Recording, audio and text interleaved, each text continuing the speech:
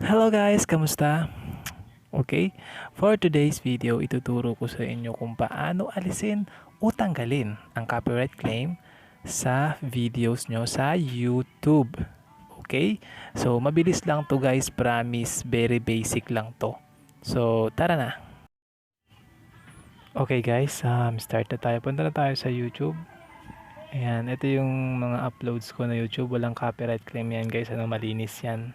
Walang restriction. So itong i-download, itong i-upload ko na video is kinuha ko lang sa TikTok app. Okay? Then hindi ko inedit. So rekta ko ng in-upload dito sa YouTube channel ko. So titingnan natin kung meron siyang copyright claim. Okay? So expected na natin yon na meron siyang copyright claim. Kasi hindi natin inedit, di natin binago yung background music niya, yung music na ginamit. Okay, kadalasan doon naman siya nakaroon ng copyright claim sa music, okay, or sa background music. So ito yung mga videos ko, yan, malinis yan, walang restriction. Okay, so ayan, bilis lang. Punta na tayo sa YT Studio, okay, YouTube Studio app.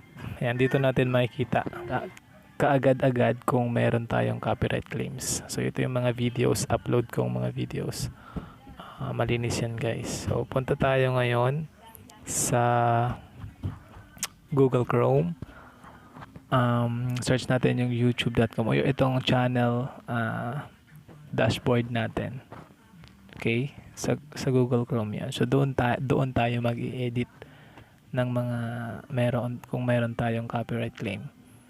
Okay? So ituturo ko rin sa inyo kung paano ang tamang pag-upload ng video sa YouTube, guys. So yung ginawa natin is shortcut lang yun So eto, click natin yung copyright claim, din yan ang lalabas, ayun see details. So ayan, click natin yan para makita natin kung ano yung mga detalye kung paano tayo nagkaroon ng copyright claim. So eto na guys, maikli lang yung natin, pagkakaroon ng copyright claim. 13 seconds lang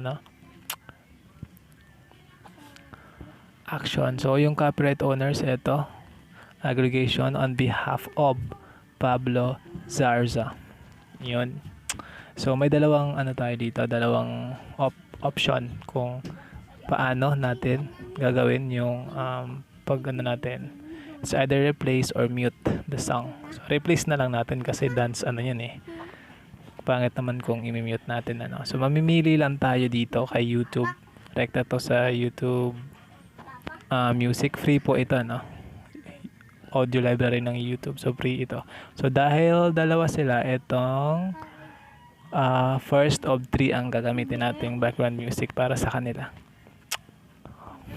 Okay, ready to replace the song. So ayan, save lang natin siya guys. Ganun lang siya. Save lang siya. Then antay tayo ng mga 1 minute. Okay, processing na siya.